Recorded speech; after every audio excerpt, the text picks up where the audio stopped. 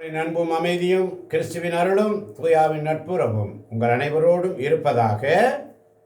ஆதியில் இருந்தது போல இப்பொழுதும் எப்பொழுதும் என்றென்றும் இருப்பதாக. ஆமென். அல்லேலூயா. இயேசு கிறிஸ்துவில் பிரியமான சகோதர சகோதரிகளே, இந்த நாளில் ஆவியானவர் நமக்கு தருகின்ற வார்த்தை யோவான் நற்செய்தி 10ஆம் அதிகாரம் 35ஆம் வசனம். ஆமென். கடவுளுடைய வார்த்தையை பெற்றுக் கொண்டவர்களே தெய்வங்கள் என்று சொல்லப்படுகிறார்கள். மறைநூல் வாக்கு என்றும் அழியாது. கடவுளுடைய வார்த்தையை பெற்றுக் கொண்டவர்களே தெய்வங்கள் என்று சொல்லப்படுகிறார்கள். மறைநூல் வாக்கு என்றும் அழியாது. ஆமென். ஆமென். ஆமென். ஆமென். கடவுளின் வார்த்தையை பெற்றுக்கொண்டவர்களே தெய்வங்கள் என சொல்லப்படுகிறது. அதனால தான் உங்களை எல்லாம் ஒவ்வொரு சமயம் ஒவ்வொரு நேரத்திலும் உங்களோடு பேச ஆரம்பிக்கும் பொழுது இயேசு கிறிஸ்துவில் பிரியமான சகோதர சகோதரிகளே, என் இனிய தேவஜனமே, என் அன்பிற்கினிய தேவஜனமே, ஏன் கடவுளுடைய வார்த்தையை பெற்றுக்கொண்ட மக்கள் நீங்கள். ஆமென். ஆமென். ஆமென். எத்தனை பேர் ஆமேன் சொன்னீங்களோ அவங்கெல்லாம் கடவுள் வார்த்தையை ரிசீவ் பண்ணுறீங்க. எத்தனை பேர் ஆமேன் சொல்லலையோ அவங்கெல்லாம் கடவுள் வார்த்தையை மறுதளிக்கிறீங்க. அவ்வளோதான். அப்போ அவங்க தெய்வங்கள் என்று சொல்ல தகுதியற்றவர்கள். கடவுளுடைய வார்த்தையை பெற்றுக்கொண்டவர்கள் தெய்வங்கள் என்று அழைக்கப்படுகிறீர்கள். ஆண்டவர் சொல்லுகின்ற ஒவ்வொரு காரியத்தையும் நீங்கள் அந்த ஆம் என்றும் ஆமென் என்ற வார்த்தைகளிலே தான் அடக்கி இருக்கிறது. அல்லேலூயா. விழிப்பாக இருக்கணும். கடமைக்காக இல்லை, பார்வையாளர்களாக அல்ல, பங்கேற்பாளர்களாக. வாசிக்கலாம் ஏசாயா 1ஆம் அதிகாரம். ஏசாயா 1ஆம் அதிகாரம் 2ஆம் வசனம். ஏசாயா 1ஆம் அதிகாரத்தை எடுத்துக்கொள்ளுங்கள். வாசிக்க சொல்லும் பொழுது வாசியுங்கள், அவசரம் வேண்டாம். ஏசாயா 1ஆம் அதிகாரத்தை திருப்பிக் கொள்ளுங்கள். ஆமென். ஆமென். ஆமென். ஆமென். ஆமென். 2ஆம் வசனம் ஒருவர் வாசிக்கலாம். ஆமென். விண்வெளியே கேள், மண்ணுலகே செவிகொடு. ஆண்டவர் திருவாய் மலர்ந்தருளுகின்றார். பிள்ளைகளை பேணி வளர்த்தேன், அவர்களோ எனக்கு எதிராக கிளர்ந்தெழுந்தார்கள்.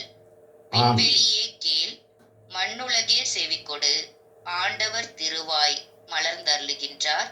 பிள்ளைகளை பேணி வளர்த்தேன், அவர்களோ எனக்கு எதிராக கிளர்ந்தெழுந்தார்கள். ஆமென். வசனம் 3 வேறொருவர். ஆமென். காளை தன் உடைமையாளனை அறிந்து கொள்கின்றது. கழுதை தன் தலைவன் தனக்கு தீனி போடும் இடத்தை தெரிந்து கொள்கின்றது. ஆனால் இஸ்ரேலோ என்னை அறிந்து கொள்ளவில்லை, என் மகளோ என்னை புரிந்து கொள்ளவில்லை. காளை தன் உடைமையாளனை அறிந்து கொள்கின்றது. கழுதை தன் தலைவன் தனக்கு தீனி போடும் இடத்தை தெரிந்து கொள்கின்றது. ஆனால் இஸ்ரேலோ என்னை அறிந்து கொள்ளவில்லை, என் மகளோ என்னை புரிந்து கொள்ளவில்லை. ஆமென். வசனம் 4 வேறொருவர். ஆமென். பாவம் நிறைந்த மக்களினம் இது, அநீதி செய்வோரின் கூட்டம் இது, தீச்செயல் புரிவோரின் வழிமரபு இது. கெடுகட்ட மக்கள் இவர்கள், ஆண்டவரை புறக்கணித்து விட்டார்கள். இஸ்ரேலின் தூயவரே அவமதித்து விட்டார்கள். அவருக்கு அந்நியராய் ஆகிவிட்டார்கள். ஐயோ, பாவம் நிறைந்த மக்களினம் இது, அநீதி செய்வோரின் கூட்டம் இது, தீச்செயல் புரிவோரின் வழிமரபு இது. கேடுகட்ட மக்கள் இவர்கள், ஆண்டவரை புறக்கணித்து விட்டார்கள். இஸ்ரேலின் தூயவரை அவமதித்து விட்டார்கள். அவருக்கு அந்நியராய் ஆகிவிட்டார்கள். ஆமென். இயேசு கிறிஸ்துவில் பிரியமான சகோதர சகோதரிகளே, இந்த காலை பொழுதிலே ஆவியானவர் இந்த வார்த்தைகளை தருகிறார். யோவான் நற்செய்தி 10:35 வாசித்தோம். கடவுளுடைய வார்த்தையை பெற்றுக்கொண்டவர்கள் தெய்வங்கள். இங்கே கடவுள் மனபாரத்தோடு சொல்லுகிறார், மன காயத்தோடு சொல்லுகிறார், வேதனை நிறைந்த உள்ளத்தோடு உள்மன காயத்தோடு புலம்புகிறார். ஏசாயா இறைவாக்கினர் மூலமாக கடவுள் தம் மக்களுக்கு எதிராக குறை சொல்லுகிறார். வேதனை. கடவுளும் தன் மக்களுக்கும் உள்ள உறவை தந்த கடவுள் பிள்ளை தந்தை என்ற உறவை இங்கே அழகாக சித்தரிக்கிறார். தன் பிள்ளைகளை பராமரித்து பேணி வளர்க்கின்றார். ஆனால் பிள்ளைகளோ கீழ்ப்படியாதவர்களாக, கிளர்ச்சியாளர்களாக இருக்கின்றார்கள். காளை, கழுதை போன்ற விலங்குகள் கூட தங்களை பராமரிப்பவர்களை அறிந்து கொண்டு செயல்படுகின்றன. ஆனால் இம்மக்கள், ஆண்டவருடைய வார்த்தையை பெற்றுக்கொண்ட மக்கள், தெய்வங்கள் என்று சொல்லக்கூடிய மக்கள், இம்மக்களோ விலங்குகளை விட கீழானவர்களாக இருக்கின்றார்கள். மக்கள் நாம் தான், வேறு யாரும் இல்லை. அன்பிற்கினிய தேவ ஜனமே, ஆண்டவருடைய சமூகத்தில் அந்த பிரசன்ஸ் 5 மணிக்கு ஃப்ளைட் என்றால் 1 மணி நேரம் முன்னாடியே நம்ம போய் நிற்கிறோம். 5 மணிக்கு ஆராதனை என்று சொன்னால் 4:50 லிங்க் போடப்படுகிறது. சரியான நேரத்தில் வருகிறவர்கள் வந்து விடுகிறார்கள். ஆனால் ஒரு சிலர் அந்த தாகம் இல்லை. அதே தான் இன்னைக்கு ஆவியானவர் மிக கண்டிப்போடு சொல்கிறார். அதிகாலையில் நான் ஆண்டவர் சமூகத்தில் வரணும் என்ற விழிப்புணர்வு. நைட்டில் படுக்கும்போதே, ஆண்டவரே நாளை காலை நான் உங்களுடைய பிரசன்னத்தில் உட்கார்றேன் ஆண்டவரே. நிறைவான ஆவியானவரே, நீர் வரும்போது குறைவுகள் மாறுமே. நீர் வந்தால் சூழ்நிலை மாறும், முடியாததும் சாத்தியமாகும். நிறைவே நீர் வாருமே, நிறைவே நீர் வேண்டுமே, நிறைவே நீர் போதுமே, ஆவியானவரே.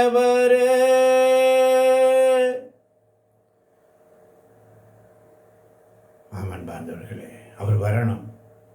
அவர் வந்தால் மட்டும்தான் வார்த்தையுடைய மறை உண்மைகளை அறிந்து கொள்ள முடியும். வார்த்தையின் மறை உண்மைகளை அறிந்து கொள்ள வேண்டும் என்றால் தானியேல் தீர்க்கதரிசி புஸ்தகம் 2ஆம் அதிகாரத்திலே 22ஆம் வசனம் அழகாக சொல்லுகிறது. ஆழ்ந்த மறை பொருள்களை வெளிப்படுத்துபவர் அவரே. ஆழ்ந்த மறை பொருள்களை வெளிப்படுத்துபவர் அவரே. இருளில் உள்ளதை அறிபவர் அவரே. ஒளியும் வாழ்வது அவருடனே. அல்லேலூயா, அல்லேலூயா. ஆமன் பாந்தவர்களே.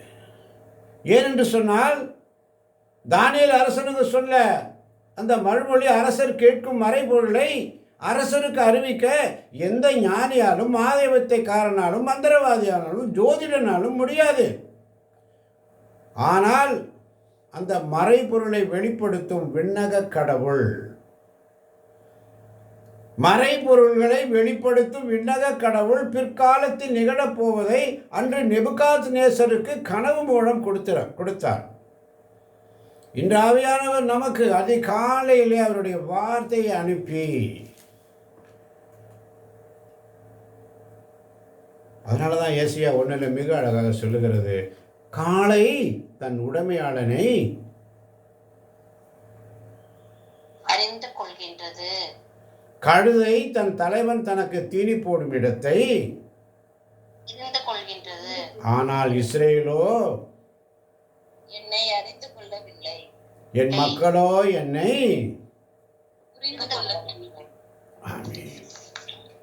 ஆமென். அதான் இங்கே சொல்கிறார் பாருங்க 5ஆம் வசனத்தில் ஏசாயா 1:5 நீங்கள் ஏன் தொடர்ந்து வன்முறையில் ஈடுபடுகிறீர்கள்? ம் அடி போதாதா? உங்கள் தலையெல்லாம் வடுக்கல், இதயமெல்லாம் தளர்ச்சி. நீங்கள் ஏன் தொடர்ந்து வன்முறையில் ஈடுபடுகிறீர்கள்? என் கையால் பட்ட அடி போதாதா? பட்ட அடி பத்தாதா? உங்கள் தலையெல்லாம் வடுக்கல், இதயமெல்லாம் தளர்ச்சி.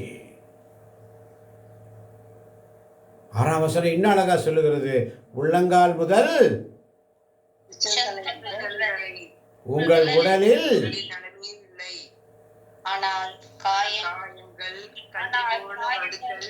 போன வடுக்கள் உங்களை நிறைந்துள்ளன. அங்கே சீல் பிதுக்கப்படவில்லை, கட்டப்போடவில்லை, எண்ணெய் பூசி புண் ஆற்றப்படவும் இல்லை. இல்லை. ஆமென். உள்ளங்கால் முதல் உச்சந்தலை வரை உங்கள் உடலில், ஆனால் காயங்கள் சீழ்வழியும் புண்களே நிறைந்துள்ளன.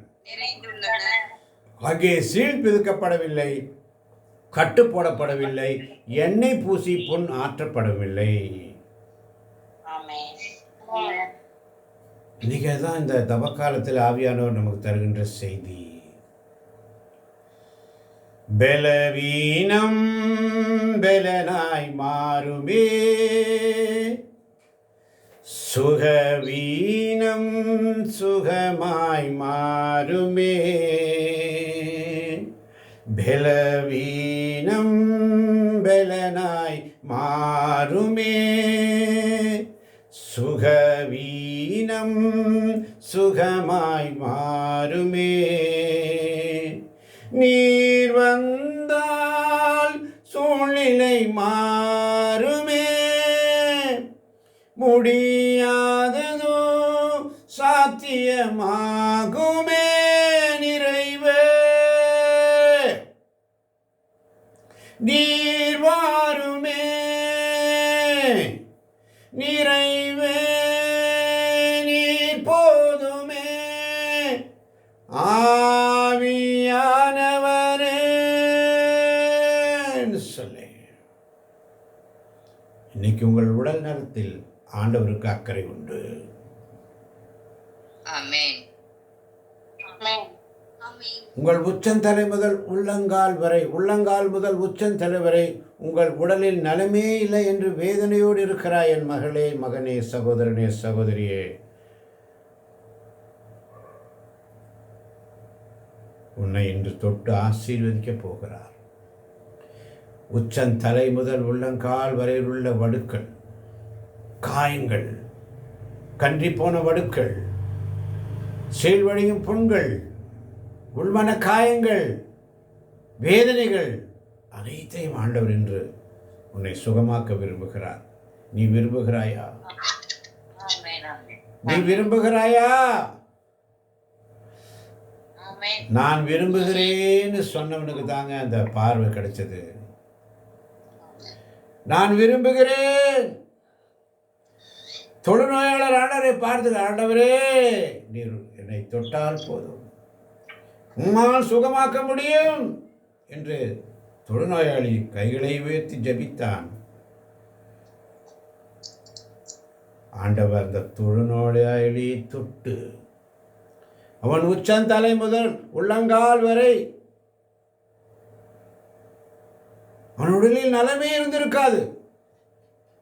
அவனுடைய காயங்கள், கன்றி போன வடுக்கள், சீழ்வடியும் புண்களே அவனுக்கு நிறைந்திருக்கும். சீல் பிதுக்கப்படவில்லை, கட்டு போடப்படாமல் இருக்கும், எண்ணெய் பூசி புண் ஆற்றப்படவில்லை. ஆனால் ஆண்டவராய் இயேசு கிறிஸ்து அவனை அழைத்து அவனை தொட்டு சுகப்படுத்தினார். தொட்டு தொடும் என் ஆண்டவரேன்னு சொல்லி, என்னை தொடுங்கப்பா, இப்படி வார்த்தையினால் என்னை தொடுங்க ஆண்டவரே,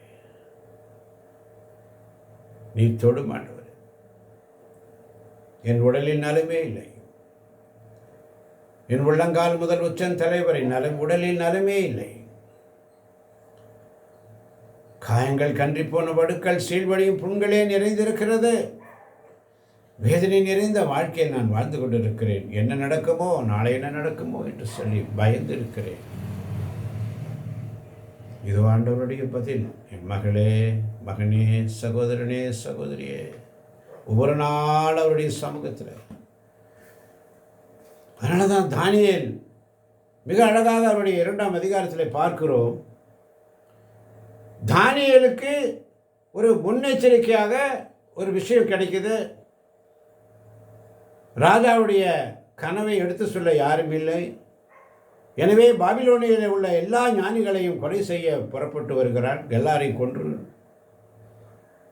ஆனால் தானியேல் முன்னெச்சரிக்கையாக விவேகத்துடன்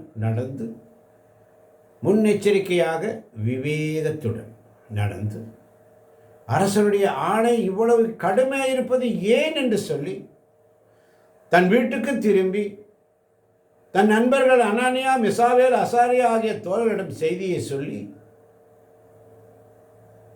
பாபிலோனிய ஞானிகளோடும் அவர்களுடைய தோழர்களோடும் கொல்லப்படாமல் இருக்க விண்ணக கடவுளை கருணை கூர்ந்து அம்மறைபொருளை வெளிப்படுத்திட வேண்டும் என்று அவரை மன்றாடும்படி அவர்களிடம் சொன்னார்.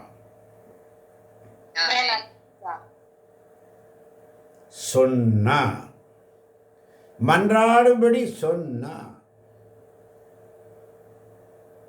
அவ்வாறே அம்மறைபொருள் வெளிப்படுத்தப்பட்டது. சொல்வதற்கு முன்பதாகவே, கேட்பதற்கு முன்பதாகவே. அதனால தான் மார்க்கு 11:24 சொல்லுகிறது. மார்க்கு 11:24,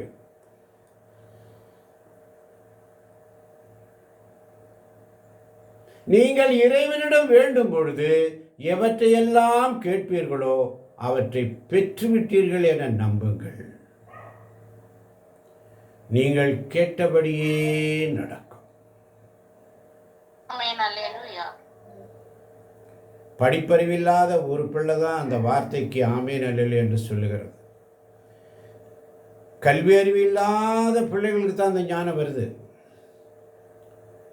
நீங்கள் இறைவனிடம் வேண்டும் பொழுது எவற்றையெல்லாம் கேட்பீர்களோ அவற்றை பெற்றுவிட்டீர்கள் என நம்புங்கள். நீங்கள் கேட்டபடியே நடக்கும். அல்லேலூயா. அதனால தான் தானியேலுடைய ஜெபம் எப்படின்னு சொன்னா, தானியேல் 2:20 சொல்றாரு, அவர் கூறியது கடவுளின் திருப்பெயர் என்றென்றும் வாழ்த்தப்படுவதாக. கடவுளுடைய திருப்பெயர், பரிசுத்த நாமம் மகிமைப்படணும். மனிதர்களை மகிழ்விக்க அல்ல, மனிதர் சமூகத்திலே மனிதர் முன்பாக நான் பெரியவன் என்று சொல்லிக் கொள்வதற்கு அல்ல, தன்னை தாழ்த்தி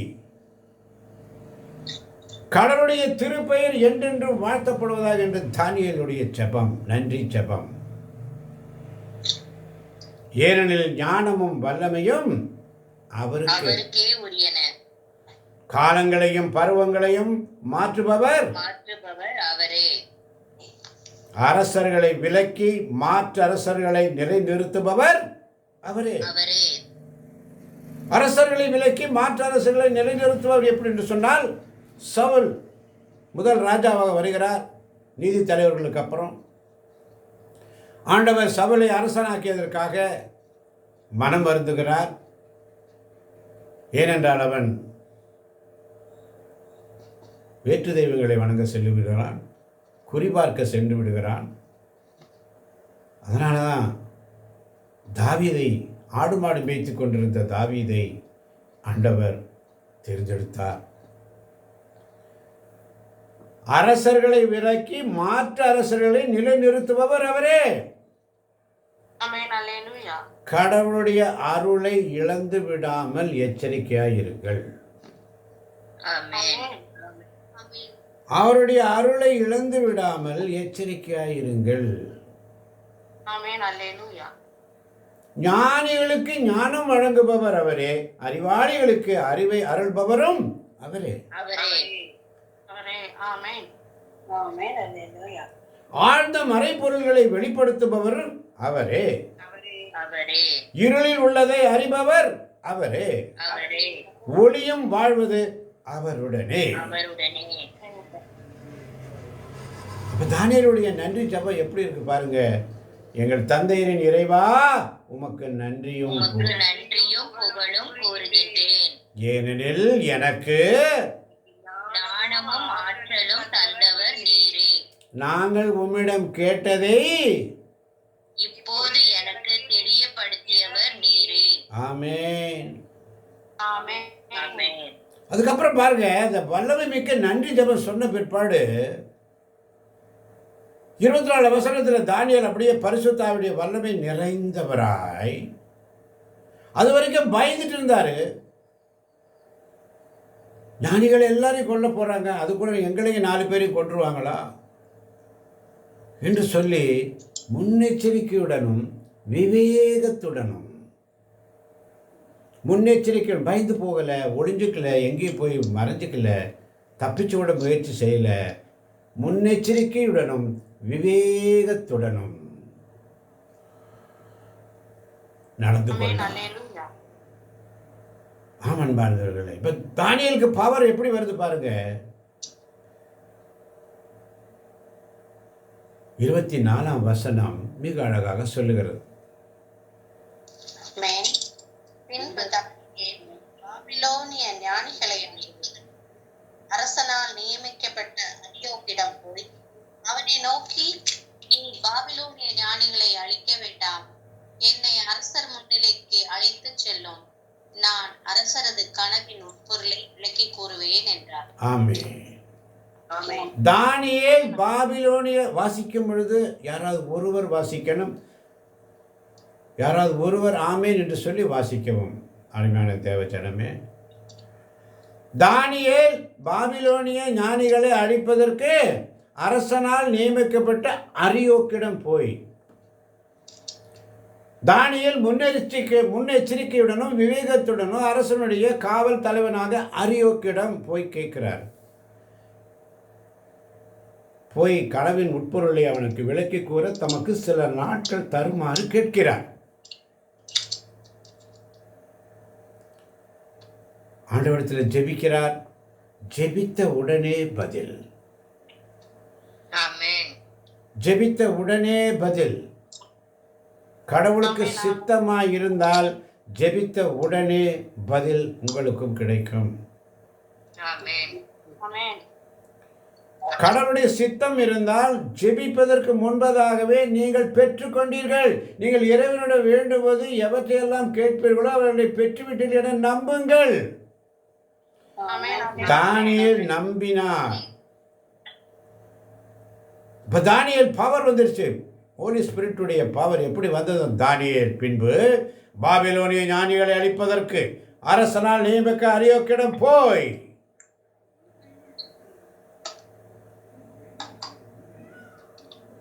அவனை நோக்கி, நீர் பாபிலோனிய ஞானிகளை அழிக்க வேண்டாம் உத்தரவு போடுறார் பாருங்க.